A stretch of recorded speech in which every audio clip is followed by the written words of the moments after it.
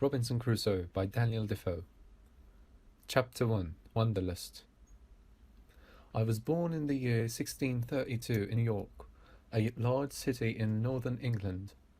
I received a good upbringing from my parents.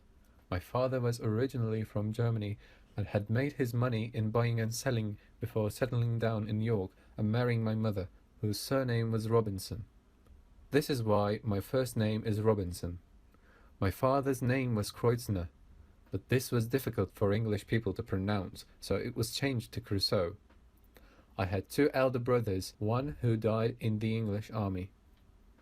I never knew what happened to the other, just as my mother and father would never know what was to happen to me. My father had wanted me to think about a career in law, but from an early age I had thoughts of adventure at sea. No advice could possibly ever change this. When I told my parents about my wishes to travel, they tried to persuade me not to do so. I tried asking my mother to speak with my father and persuade him to allow me just one voyage. I promised that if this journey was unsuccessful, I would return home and not think of the life at sea anymore. My mother tried, but she made no progress with my father, and no agreement to my travel was given.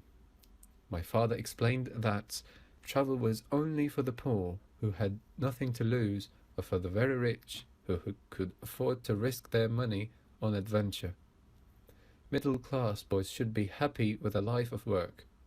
My father begged me so much, even crying openly, that I tried to forget about my wishes for adventure and continue living at home. A year later, however, I could stand it no longer, and one day, while I was at the docks in Hull, talking with sailors, I met up with a friend who was going to London by sea. Without thinking about what I was doing, without asking for my parents' permission or even money, I decided to join him. Together, we boarded the ship on September 1st, 1651, and left the harbour on the northeastern coast on course for London. My bad luck started immediately. The sea was very rough, and I began to wish I had never left home. I could now understand what a comfortable life my father had lived and just how wrong I had been with my own thoughts. I prayed to God to let me make it to the land, and I promised to him in return that I would go back to Hull and from there home to my family. However, after several days of terrible seasickness, the sea became calm again. The other sailors joked about the terror I had felt. The storm, they explained, had been very small compared to others they had experienced. By the next day, the storm had stopped completely, and my promises about returning to Hull faded away. I began enjoying life at sea, watching the sunset and rise over the water, and once thought, with joy in my heart, that it was the most beautiful sight I had ever seen. Within a few more days, however, the wind began blowing strongly once again, and the truly violent storm began. Again I prayed to God to allow me to change my mind and return home. The storm caused panic and destruction on the boat, and the sailors fired their guns at a signal of trouble. Never having heard guns before, I fainted on the deck and was kicked aside by my mates. When I awoke, I saw everyone jumping off the ship into a smaller boat. Seeing that it was my only way of surviving, I quickly did the same, and we sailed away safely. I watched over my shoulders as the ship, which we had left only moments earlier, sank to the bottom of the ocean. We arrived at Yarmouth, on the eastern coast of England, and the authorities gave us comfortable accommodation. At this point, I had to decide whether or not to continue to London or return to Hull. My friend was quick to point out that what had happened on my first voyage was clear sign that the sea life was not for me. This made me very angry, and so I made my decision to travel to London by land. I was too ashamed to go home and would certainly be laughed at by my friends and colleagues. I travelled to London on foot.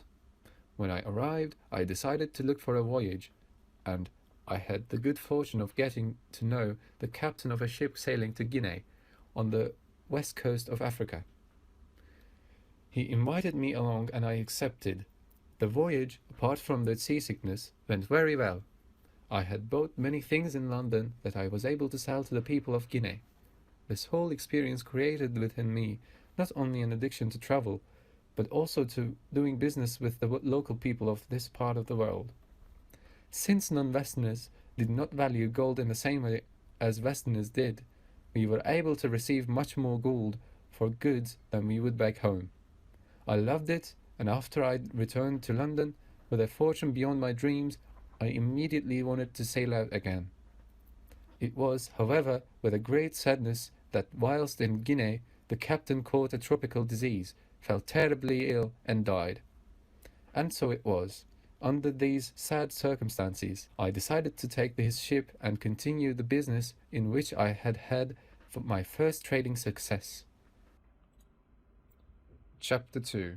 Captured by Pirates. I decided to go on the same journey as I had been on with my friend the captain, and so I set sail once again with the shipmate who had also been on the previous voyage to Africa. I was now captain of the ship, and this turned out to be one of the unhappiest voyages I would ever make. I took only £100 of my new-found wealth, leaving £200 with the widow of the captain.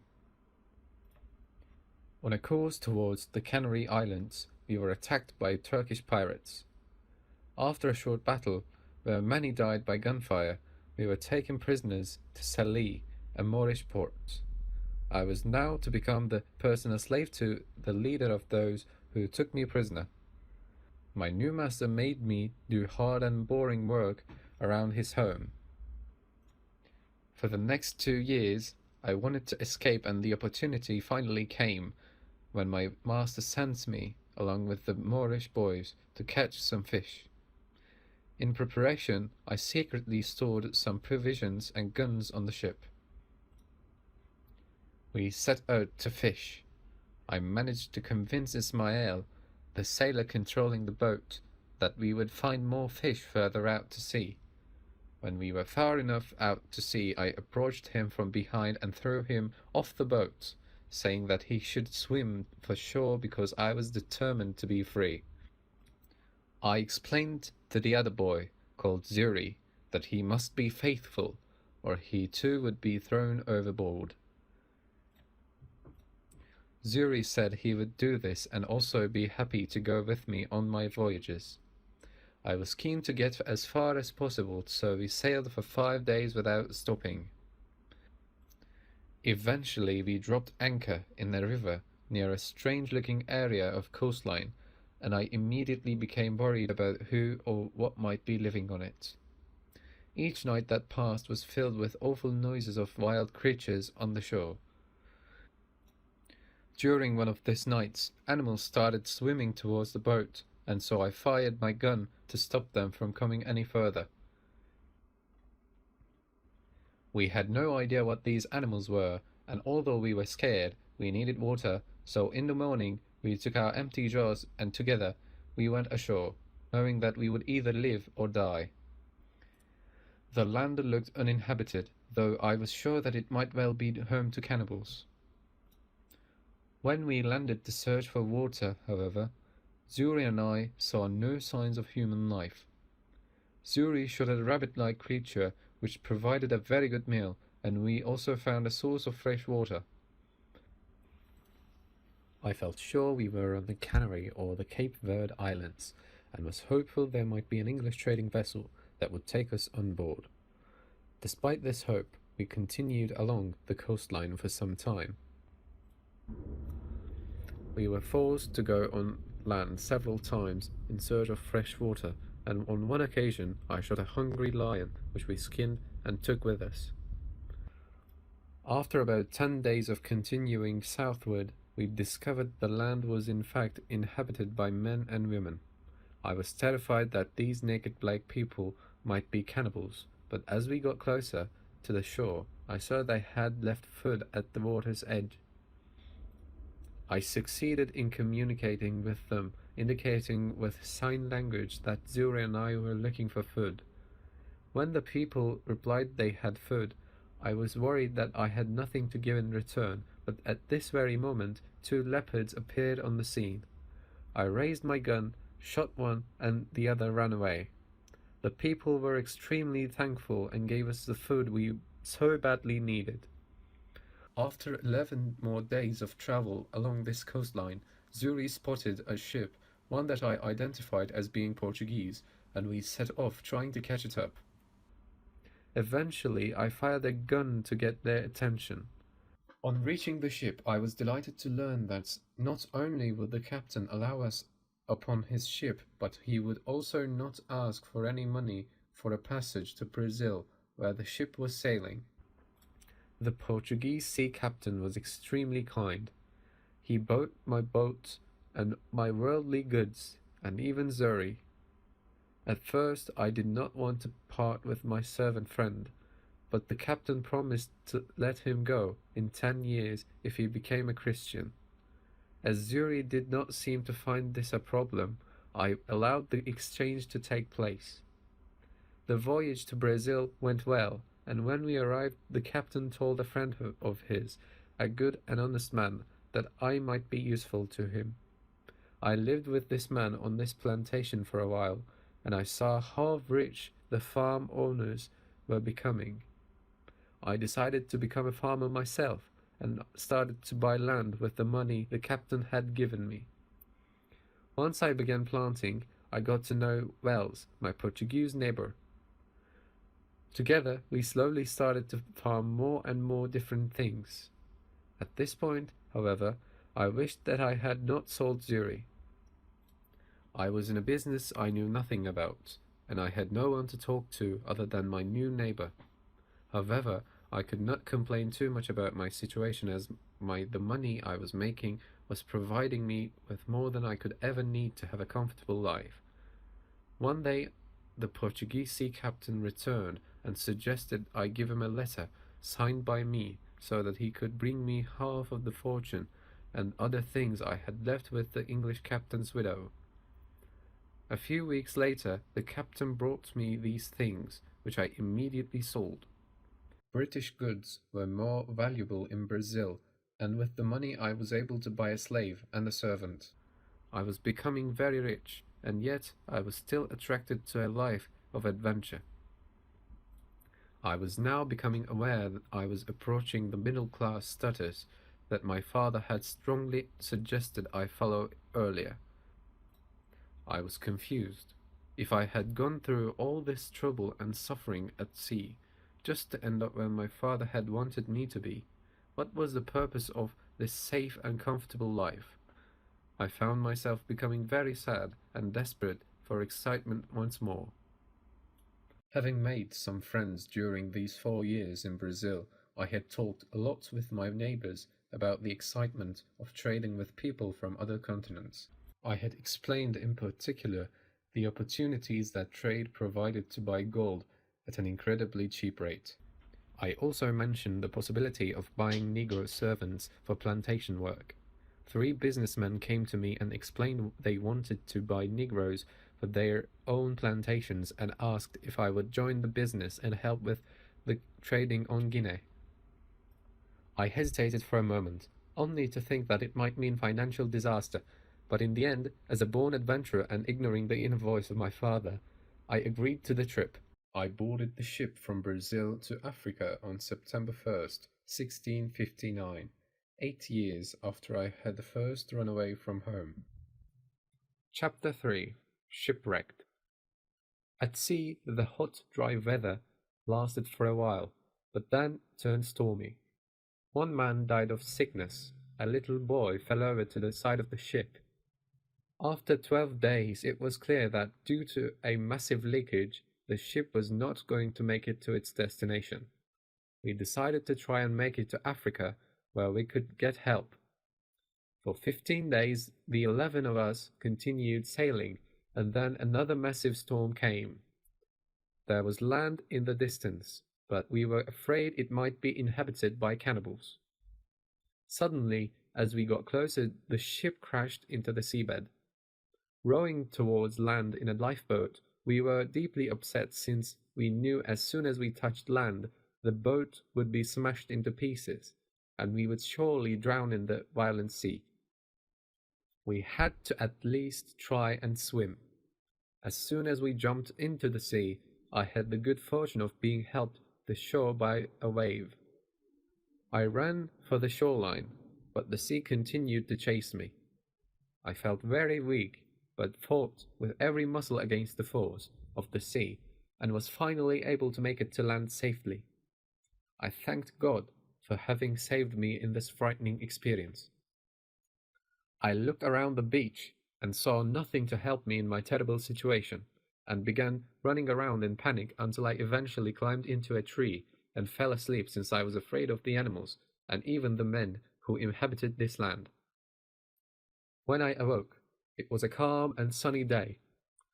The sea was still, and I was now able to see that if I had stayed on board, the ship would have made it to land without being smashed. But the rest of the ship's crew was dead, and this made me extremely upset. I swam out the ship and took a few pieces of wood to build a raft. Onto this I loaded food, drink, and other useful items such as guns, money, knives, and books. I decided to return the ship several more times to gather supplies like tools, clothes, a hammock, and a spare sail. I made 11 voyages between the beach and the ship over the following weeks and brought back everything I could.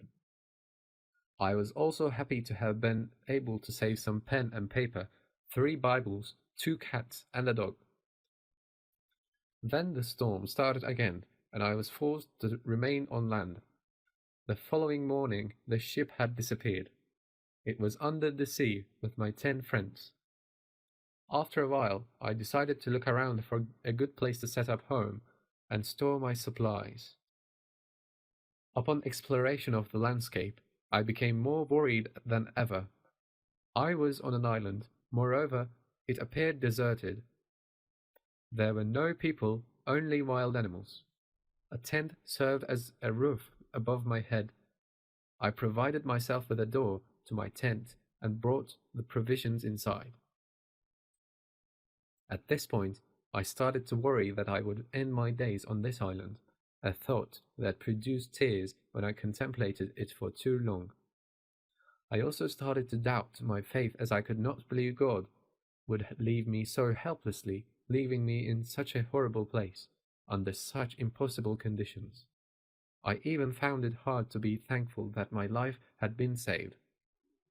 However, I always managed to avoid total misery when I remembered about the other 10 sailors who had died in the sea. When I thought that I had been only one to avoid death, and that I had been able to save many things from the ship, I felt fortunate. After I had been on the island about 10 or 12 days, I realized I might completely lose my memory of time and might even forget important religious dates. To stop this from happening, I cut lines into a large square post, and also the words "I came on shore here on September 30th, 1659. Every day I cut a line with my knife, and every 7th line marked the week, and every first day of the month was marked by a line still longer. In this way, I kept my calendar. In an attempt to make myself feel better, I made a list of all the advantages and disadvantages about being shipwrecked on the island, and thought of them as the evils and the goods of my life on the island. Among the evils I listed the impossibility of my recovery, my isolation, my lack of enough clothes, my inability to defend myself against wild animals, the lack of people to speak with.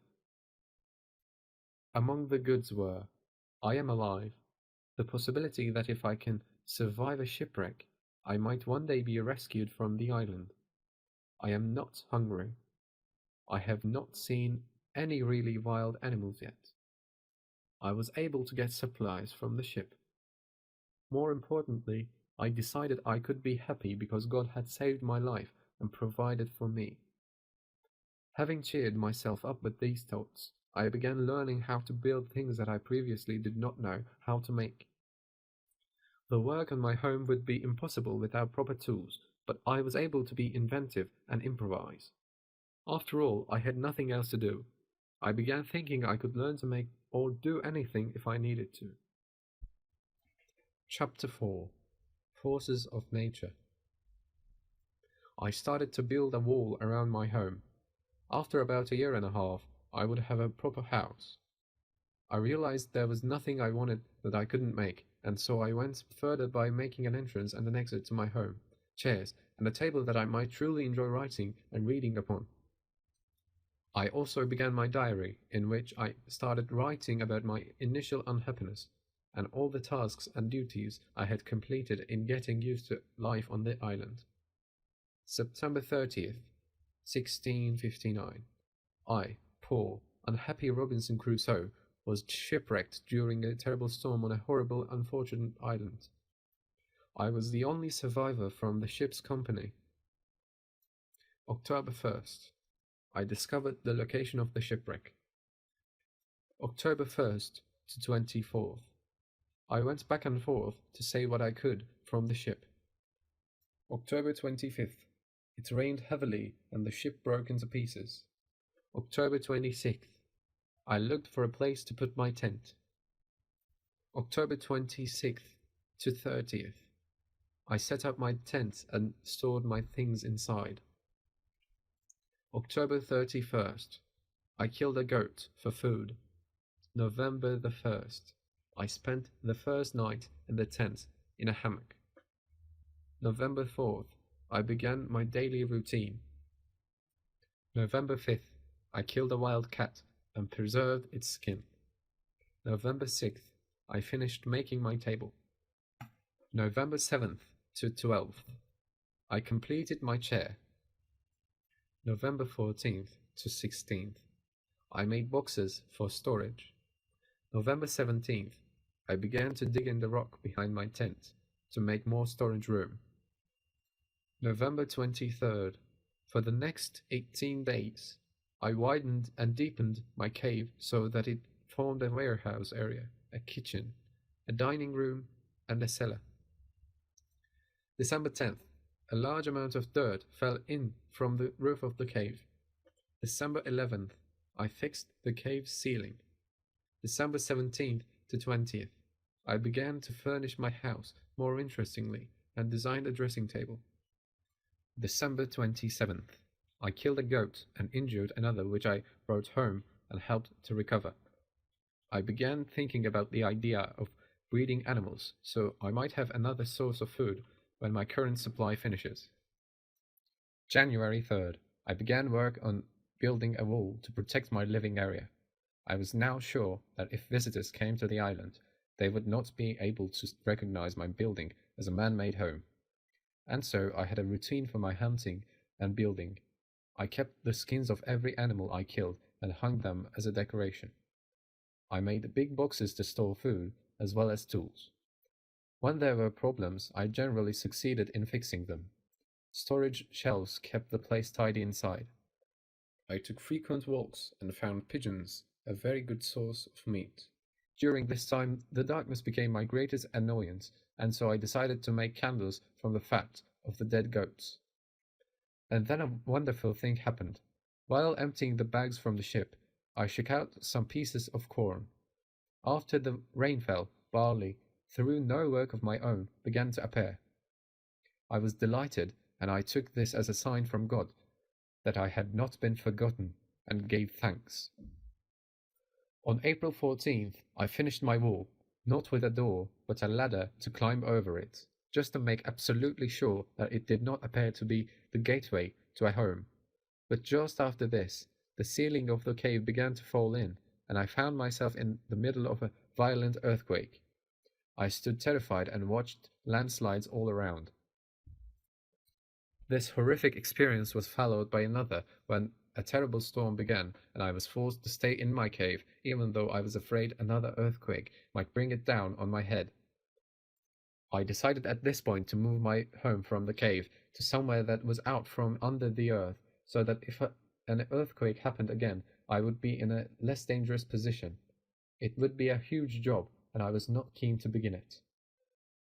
I made a grindstone to help make the necessary tools for the construction job, and then in the middle of this work, I noticed that the recent hurricane had caused the ship to come closer to shore. I could now see it clearly and was even able to walk out to it. I began taking it to pieces, keeping the wood, iron, and lead for future projects. I worked on the shipwreck until June 15th.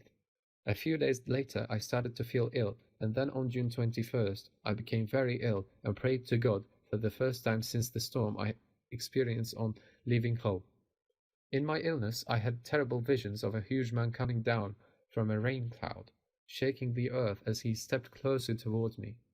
The man said that because I had not said sorry for my adventurous ways and not listening to my father, I would die. The man lifted a spear to kill me, and I was horrified. I began thinking about the lack of thought about my own life I had shown up to this point. I thought about how I had not been truly thankful when I was rescued by the Portuguese captain. I also thought that while I had been thankful for my initial survival on this island, these feelings had changed into a simple happiness to be alive. There was no recognition that God had been responsible. I felt guilty for becoming too comfortable on this island. My sickness was making me think about God again, and so I prayed directly to Him, asking for His help. The following evening, while eating my turtle supper, I found myself saying grace for the first time in my life. I decided that God must have put me on the island for a reason, which led me to ask the question, why has God done this to me? I decided that my unhappiness was a punishment for running away from home and rejecting a middle-class life. Before going to bed that night, I chewed on homemade medicine for my illness in the form of rum, tobacco, and water, something I had learned from the Portuguese. I also said for the first time a prayer before going to bed. When I awoke, I felt much better. I continued the treatment with tobacco and alcohol as I began to recover. I started to worry that if God had saved me, what had I done to give thanks? I knelt down and thanked God out loud. The next morning, I began reading the New Testament. Where before I had prayed to be saved from my isolation on this island, or from my sickness, I now prayed to be saved from the guilt that I had for not living my life as I should have done. As I began to recover, I was determined to get a better knowledge of the island. I decided I would explore the island. I was pleased to find tobacco growing. In the forest, there was a lot of fruit, and even a freshwater spring. I brought the fruit back to my home, but I continually found myself away for such a long time that when I returned, it was too old to eat. Returning home, on one occasion, I discovered that some of my grapes had been stepped on. I thought there must be wild animals around, and so I decided the best solution would be to hang the grapes to dry them into raisins. I developed such a love for the wilder part of the island that I began thinking of having a new home. I decided to simply build another one and have two homes, a seacoast house and a country house. I finished the new place in time for the next rainy season. Chapter 5. Am I really alone? The 1-year anniversary of my arrival came, and I felt very unhappy. Again, I prayed to God. So far on the island, I had learned how to make the best out of the rainy season and the dry season, and how to plant rice and corn. They grew well, so I farmed more and more. I kept myself busy with this farming and with making more useful household items, such as baskets. I moved frequently between my two homes. My greatest wish at this moment was for a smoking pipe. One clear day, looking out to sea, I was able to see a line of land, but could not be sure where it was. I was sure, however, that if anyone lived there, they would be cannibals. On my walks around the island, I discovered more wild animals. Many times I chose to sleep outdoors in trees to protect myself from them. When I returned home, however, I was very happy to see my parrot and young goats. The rest of the year passed without anything bad happening, and on the second anniversary of my time on the island, I thanked God for the good fortune I had had, the amount of food, and my ability to make a comfortable life for myself. I thanked God for easing my moments of isolation. I truly began to think my isolated life was in fact happier than the life I had previously had in normal society. I thought that where previously I had walked about the island thinking how lonely I was, I now started to feel it was more possible to be happy here than it was in a civilized society. I actually began thanking God for bringing me to the island. In my third year on the island, I mainly read the Bible in 3 separate sittings in a day, searching for food every morning for 3 hours and preserving and cooking the animals I had shot or fruits and vegetables I had collected. I was constantly working on my corn and barley, improving my methods of protecting them from hungry birds. I taught myself how to make bread and could not believe how complicated it was. In fact, I spent 6 months making the tools I needed to make the grain into flour and to make the corn ready for the preparation of a loaf. I also taught myself to make pots, and I improved upon the system by making a kiln, after which I could make as many pots as I wanted. I was now able to make stew. I seemed always to be doing something. At this time, my pet parrot Paul, who I had spent time teaching how to speak its name, actually did so. This was the first word I'd heard since landing on the island. I was now growing interested in the land on the other side of the island. I believed from there I might be able to spot a mainland and therefore escape. I missed Zuri and the boat in which we had sailed. I decided to try and repair the wrecked ship's boat, but it kept sinking. I then decided to build my own boat, though I was unsure how I would be able to get the boat off land. Wrongly, I chose to worry about this later, since although the boat was well made, I was unable to get it to the water's edge because of its weight. The only way was to build a canal to the ocean, which would surely take a long time. I chose to observe the 4th anniversary of my arrival respectfully and was still surprised that there were no evils here at all. All the money I had was worthless, and I still wished for a tobacco pipe. I thought a lot about the good fortune I had had, and spent much of my time remembering the important dates in my life. At this point, though my clothes started falling apart, I did manage to use the skins of animals I had killed to keep me warm. The skins kept me very dry in the rain, and so I decided to make an umbrella from the same material. I then decided to make another boat, small enough that I could get it to water, and in the 6th year of my captivity, I set out on a voyage around the island. The sea was rough and actually took me away from the island. I began to worry that I would not be able to return. Slowly, however, the wind changed, and I was able to make it back to shore. I dropped to my knees and gave thanks to God. By night, I was able to reach my country house and became terribly frightened when I heard a voice calling my name, asking where I was. It was Paul, my parrot. For the next year, I lived a quiet life. I perfected my skills in making things and was able to do more and more to further my building projects. I had less and less gunpowder, however, so I began setting traps to catch goats and breed them. At this point, 11 years had passed. From the goats I had milk, from which I was able to make butter and cheese. I now ate like a king. I still wished to sail around the island, but I was afraid of being carried away by the sea, and so I decided to have a boat on both sides of the island. After several more years had passed, while visiting one of my boats, I looked down and noticed a man's footprint in the sand. I was extremely frightened, as I thought it must have been made by a cannibal from nearby lands. I wondered if they were on the island, and if it was perhaps even the mark of the devil. My faith in God was being challenged. I chose to let God decide. If I was not to be saved from evil, that was the way it would have to be. Chapter 6, Friday. I began thinking that I might have made the footprint myself.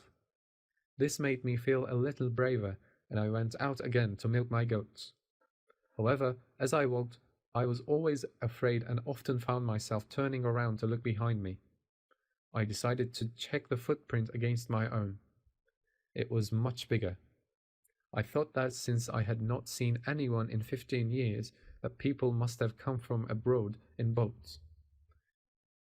I wanted to hide myself even more, so I made the walls stronger and planted lines of trees in front of my home. I moved my goats further away and divided them into 2 groups. I walked down to the shore, opposite the one on which I had landed, and my fear of cannibals being on the island was confirmed when I found it covered in human bones. I thanked God that I myself had not been eaten, and that I was not as bad as these horrible cannibals. As time passed, I became more comfortable with these recent events, although I was certainly more worried about firing my gun. I also found myself caring more for my goats, so I would not have to hunt. As well as this, I set my mind on other tasks, such as learning to make a beer. I was not scared of cannibals, but I did wish to get revenge for the deaths of their victims. I wanted the chance to hurt these cannibals and save who they killed. Over and over I thought about the best way of attacking them. I went about picking the best places from which I could take aim at these disgusting men. I began a daily tour to look out for ships, and then started to wonder if it was in fact my duty to take revenge on people who had not done me any personal harm and who are most likely killing prisoners of war. I thought repeatedly and decided that maybe it would be better to leave the cannibals in the hands of God. In this way, I continued my isolated life and gave thanks to God that He had kept me alive.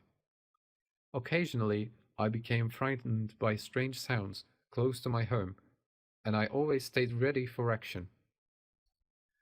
I kept telling myself that if I was not able to face these evils now, I would not have been able to have lived 20 years alone on this island. Time continued to pass, and I spent most of my time with my parrot and the other animals. Then one day I was stunned to see a fire on my side of the island. The cannibals were back. From a lookout point I could see they had 2 canoes, but I did not dare to get any closer. Later they left the island, allowing me to investigate. I was horrified to discover the bones of human beings on the shore, and once again found myself making a promise to kill these cannibals when they returned. Around this time was the 24th anniversary of my time on the island. This was marked by spotting the wreck of a Spanish ship. I was hopeful that there might be a survivor on board, and so I hurried to my boat and rowed out to the wreck. Apart from a dog, however, I found no survivors. I took the dog, together with some alcohol, clothing, and money, and rowed back to the island. And so I resumed my quiet, steady life, always thinking about my good fortune. At night, however, I had nightmares about cannibals, and during this time I began thinking that if I could save the life of a prisoner, or indeed a cannibal, I might be able to make him my companion and make an escape from the island. I began to realize just how lonely I had been. I waited patiently, and after a year and a half, I finally saw 5 full canoes arrive onto the shore. Against 20 or 30 men, I wondered how I would fight. I saw 2 unfortunate men being pulled from the boat.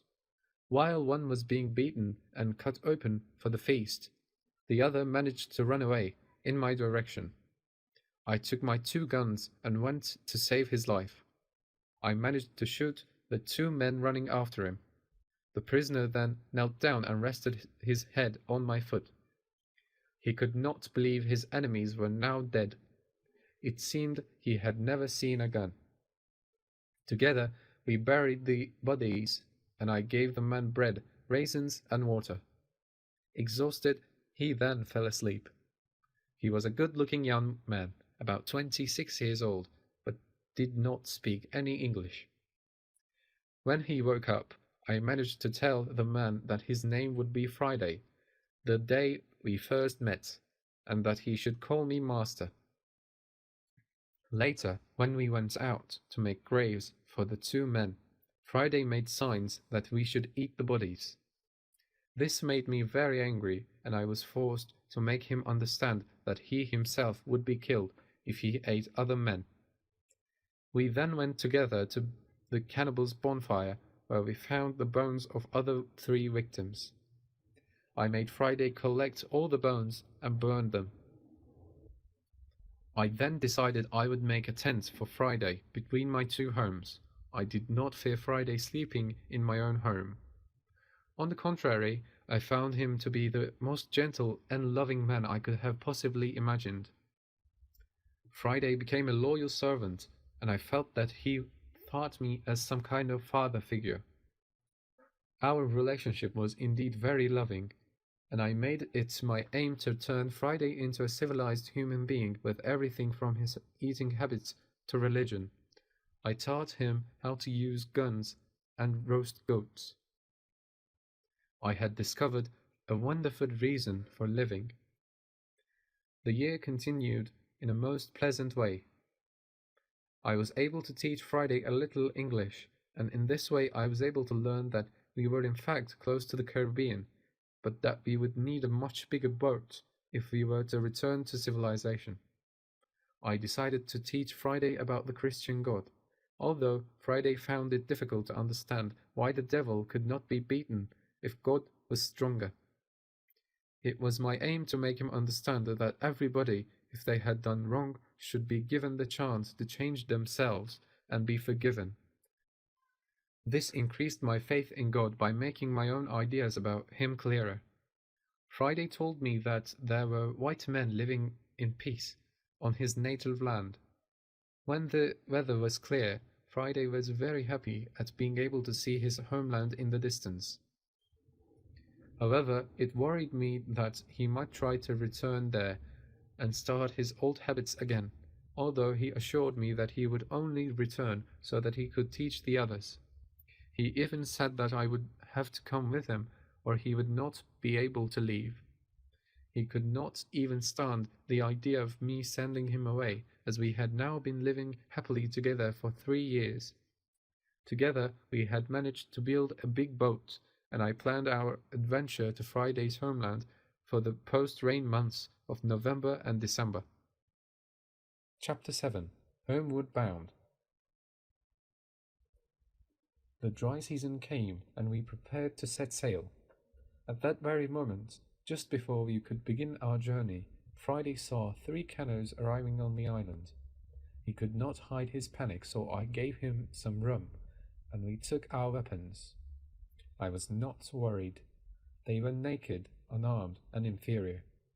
At first, I wanted only to scare these cannibals, so I gave Friday a knife and took a sword and a gun for myself. My plan was to scare them away with the sound of gunfire. As we got closer, however, I was disgusted to see they were eating the cooked flesh of one of the prisoners. I decided to kill the cannibals and told Friday he must do the same. I gave Friday 3 guns. The next victim was a white man. We started shooting down from our hiding spot at the cannibals. They began running around, hurt and covered in blood. We ran down to free the man, and some of the cannibals escaped in their canoes. I united the man and discovered he was Spanish. I gave him some bread and drink as well as a gun. He immediately jumped up and started trying to kill any cannibals who remained. The 3 of us killed 21 cannibals, almost the entire group, except the few who had escaped in the canoe. I was then surprised to find lying in the bottom of one of the other canoes another victim, tied up but alive. Friday was ecstatic. It was his father. The reunion was wonderful, and I was very touched by this human emotion. We gave the prisoners bread and water. Friday and I made them some beds.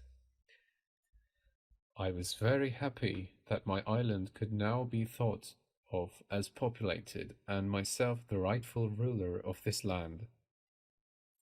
Talking with the Spaniard, whose name was Christianus, I learned that more of his men were living with the cannibals, but in peace. I would have liked to join these Europeans, but I feared becoming a prisoner myself. Christianus seemed so impressed with my island that he wanted to bring the rest of his men here to live. To prepare for this, we all worked hard to increase the farming and breeding. In October, Christianus and Friday's father went back in the canoe to get the men.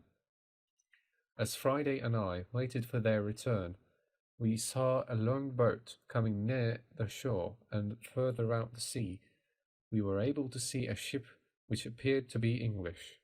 I was very excited, but could not understand why they were coming here. We watched from the top of a hill for some time until the boat landed on the shore. 9 men left the boat, whilst 2 stayed inside. 6 of the 9 men had guns and began exploring parts of the island close to shore. The 3 other men stayed on the beach like prisoners. They were not tied up, but looked scared and worried. It was mid-afternoon, and I had wanted to wait until darkness to make my move, but then realized the men were all now sleeping under the trees. I came up to the prisoners with caution and asked what they were doing here. At first the men believed I had been an angel sent by God, and they began crying. I told them I was in fact an Englishman, and I asked if I could help. One man explained with terrible fear in his eyes that he had been captain of the ship, but that his men had mutinied, taken him prisoner, and instead of killing him, they wanted to leave him, the first mate and a passenger on the island, to die. I explained I would try to save them on 2 conditions: that they swear loyalty to me, and that they take Friday and myself to England. It was agreed.